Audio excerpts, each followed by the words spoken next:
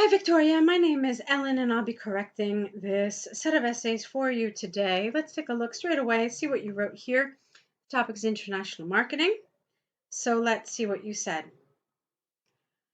When it comes to companies' globalization, there are opposite views to whether this is beneficial or not. Some people believe it can harm the country's market, while others argue it is a great way for enhancing the cultural knowledge, principles, and mother tongue of the foreign country. In my opinion, international marketing has more positive than negative effects, enriching the country's society and economy. Okay, on the whole, I like this a lot. I thought it was good. There are a couple things I would change.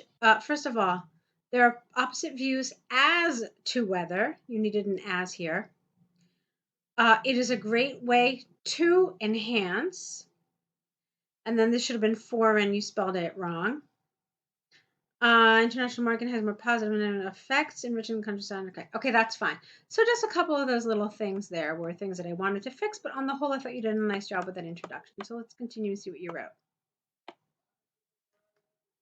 On the one hand, diversifying to markets abroad could be seen as a potential risk to local companies. Okay, for instance, when Canada's borders were tucked with immigrants eager to open up new businesses, Canadians were reluctant to give them the permits to work or even housing. What's more, this should have been 2 words. Locals believed their prices would not be competitive enough, thus fearing the worst. Nevertheless, time proved them wrong by increasing their PBI by 30% over a decade. Overall, this mind shift was very beneficial to Canada's economy. Okay, so while I liked your structure, I liked a lot of the grammar. Okay, so in terms of coherence and cohesion, in terms of grammar, I thought you did a good job. What needs work, in my opinion, here is task achievement. This wasn't particularly relevant. Your examples weren't relevant, and you're not really talking about international marketing. It sounds to me like you're talking about just foreign businesses, maybe expanding into foreign markets, but that's not what international marketing is all about.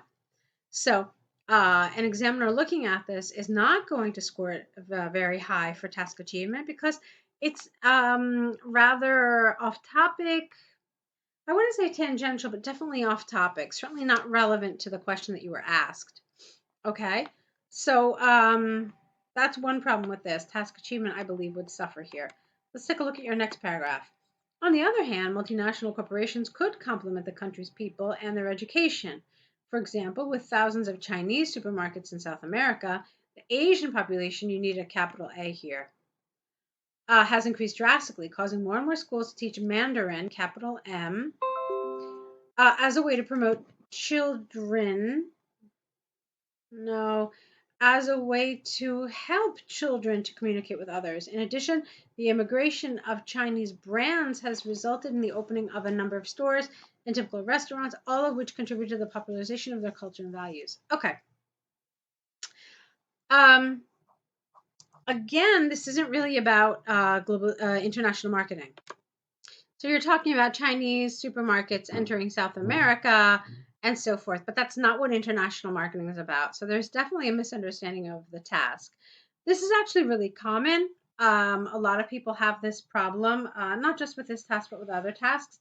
But it is really important that you're answering the question that you are asked and not something kind of peripheral or something unrelated. Again, as I said, this would affect your task achievement score. So what I would suggest is take a look at what international marketing is, do a little research on it so you can understand what this is. So you can see where you didn't quite get the topic right, okay? All right, let's keep going.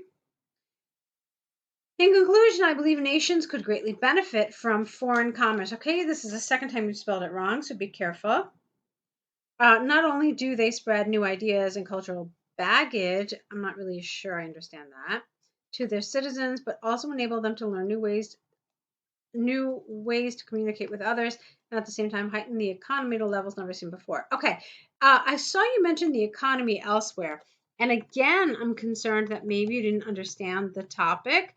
So there was a part where it says an economical form of education, but when we say economical, we don't mean inexpensive. I'm sorry, we don't mean having to do with the economy. We mean inexpensive. Okay, So that's what economical is. An economical car, all right, is one that doesn't save a, I can't talk today, I forgive me. An economical car is one that doesn't consume a lot of gasoline. Okay, so you need to be careful with this word. This whole thing is not about the economy directly and the benefits of international marketing to the economy. Okay. Yeah, I mean, when it talks about it being an invasion and intrusion, you can talk about it, how it harms the economy. But when you see this, that's not what they're talking about. All right, so that's my feedback for this. Some good things, but also some things that need a little work. So let's take a look now at your task one. About the English and homestay letter. Let's see what you wrote. Okay. Dear Jones family, my name is Victoria. I'm not really sure how to say your last name, and so I'd prefer not to try it and then get it wrong. I am a software engineering student trying to improve my English to a superior level. My plan is to achieve the highest score in the IELTS international exam in order to apply for an Australian skilled worker visa. Okay. I'd like to know more about your country's lifestyle since it's going to be my first time there. Of course, it's going to take me some time to get used to it all. However, can you tell me the basic stuff like your regular eating hours, as well as what times do shops open? Sorry. Trust me, I'd definitely like to start with my right foot in the UK. I expect to arrive at Heathrow Terminal B on May 15th at 8:30 a.m. Thanks again for agreeing to pick me up. I bet I'll be exhausted from the long flight. As far as I know, it's going to be 15 hours. I look forward to hearing back from you. All the best. Okay. So the nice thing about this is that a lot of your grammar was natural. It was accurate. So I felt very comfortable reading it. Um, so that was all very good. There are some things though that we need to fix here. First of all, let's talk about register. And by register, we mean how formal or informal something is. You don't know these people. You've never met them before. Yeah, you're going to be staying with them for a while, but as of right now, you've never met them. And so for that reason, this should probably be a formal letter. Okay. Usually we reserve semi-formal or neutral for people who we've met several times. Maybe you could use it for your boss or your manager, maybe a teacher at school. So these would be okay to use a semi-formal register. But these people, you've never met them. And so it's probably a good idea to be more formal here. So what does that mean? That means that you don't want to use contractions for one thing. So no I'd. And again here, I'd, it's, okay, I'll. So avoid these and write the words fully out. That's one thing. The second thing that we do in formal letters is we don't use direct questions. Here you've got, what times do shops open? Okay.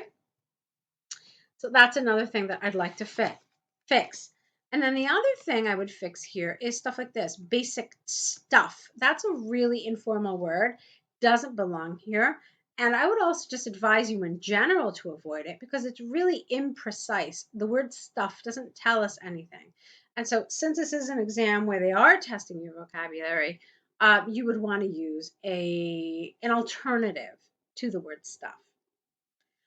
Now, that stuff about formality. So we'll talk about more of this. The other thing that I want to talk to you about is your opening. So the task asks you to introduce yourself, ask the family some questions, etc., etc. One of the other things that we do in formal letters is the first statement that we make is typically expressing the reason why we are writing. Okay, we don't do this so much in informal letters, but in formal letters and even in semi-formal letters, we do. So we explain why we're writing. So what I would have done here is, Dear Jones family, I am writing to thank you for agreeing to host me for the English and Homestay program and also to briefly introduce myself to you. That for me would be a fantastic opening because now people know, oh, okay, so she's thanking us, but she's also going to tell us a few things about herself. So that's what I wanted here, rather than just going straight into this. My name is Victoria. Okay. Let's see. Achieve the highest score. Okay, fine. Uh, so here, it might have been a good idea to tell us that you're going to ask us some questions. So in a lot of ways, this could be like an essay where before you actually do something, it's good to tell us that you're going to do it. So prior to my arrival, I would like to ask you some questions. Okay? So just make it a little clearer that that's what this is going to be about. And this is another way that the examiner can also know, hey, this paragraph is where I'm going to talk about this second bullet. All right. So that's what I would have done. Let's see. So as for this, I said, could you tell me some basic information like your regular eating hours? Full stop. Also, I would like to know what times shops open. And then this I also felt was a little too conversational. You don't know these people. And so this kind of language, trust me, doesn't really feel appropriate. Okay. So that's pretty much it. I mean, a lot of this was very good. I told you already your grammar was very nice. It was natural.